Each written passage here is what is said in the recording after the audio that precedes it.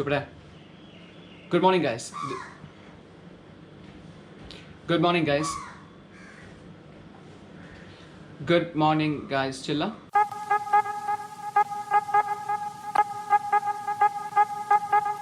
Good morning, guys.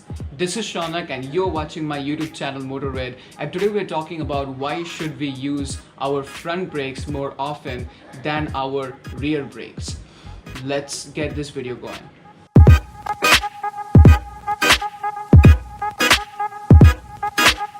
So any motorcycle at this point of time in our world, we have two sets of brakes that goes in. One for the front wheel and the other for the rear wheel.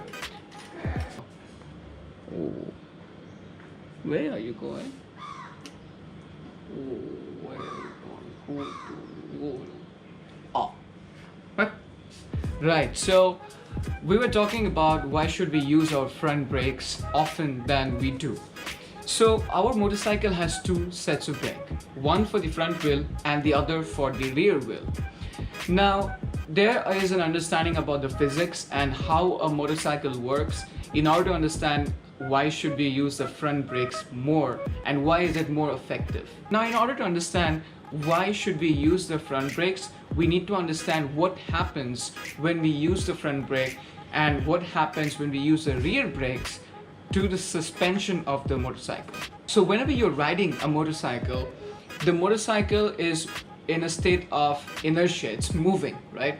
Now for anything that is moving, in order to stop, it requires a lot of friction to stop it. So how our brake works? Our brakes basically works in two different ways. One is through a drum braking system and the other one is a disc braking system. And most of the bikes at this point of time above 200 cc's have disc brakes for both the front and the rear wheel. Very few bikes still now are running on drum brakes, but the concept is pretty much similar. So for example, if your rear brake is a drum brake, what happens is when you tap the rear brake, the drums basically push out on the rim of that motorcycle and basically tries to stop it from spinning, right?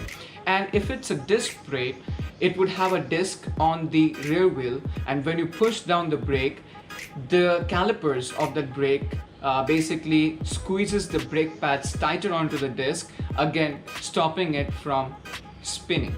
Now our tires are made out of rubber, and that is simply because to create friction with our roads. So friction is an important part over here. The friction with the road to the tire basically maintains the inertia of the bike, or tries to maintain the inertia of the bike. So when you apply your brakes, the bike tries, or the bike would want to be in that motion, but the brakes are stopping you from being in that simple motion. Now as a result, when you apply the brake, what happens is it creates pressure on your suspension. So as your bike is moving, when you apply your brakes, may it be the front brake or the rear brake, the front suspension dampens more than the rear suspension. So how it works is the front suspension has a bigger play area than the rear suspension, and that's why when you will see when you squeeze the brakes tight at a certain speed, the bike kind of leans forward and the entire suspension of that bike, or the what we call the shocker, basically it goes in. Now because of this shocker going all the way in, when you're applying that brake, what happens is the entire center of gravity of that bike basically shifts from the midpoint to the front wheel. The brakes work much better on a wheel when there is pressure on that wheel.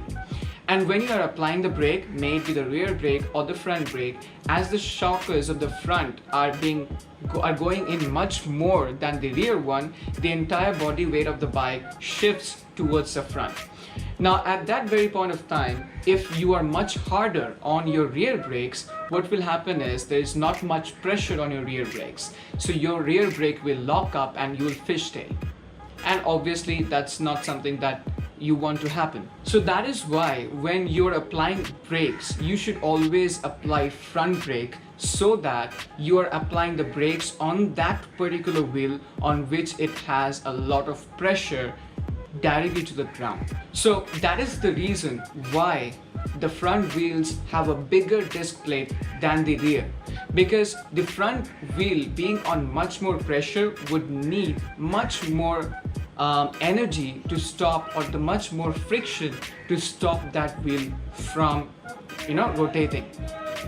But as it is designed in that way, so when you are actually pulling your front brake levers, you see the bike responds to that brake in a much effective fashion.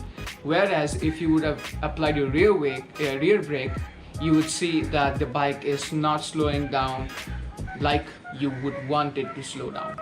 So this was why you should use your front brakes than your rear brakes. Let me know in the comment section what you think about the points that I discussed. Let me know if you're doing that. I personally know a lot of people who still have this idea that the front brakes are really bad and you should only use it when it's in terms of emergency, but actually the front brakes are your best friends. So let me know in the comment section what you think about this. If you like this video, please hit the like button and share this video with your friends so that they also get to know all of these points. Also, do not forget to subscribe to my channel and click on that bell icon so that you get notified when I upload the next videos and you don't miss out on any of my single videos. For the next time, stay home, stay safe, and we will ride later. Thank you.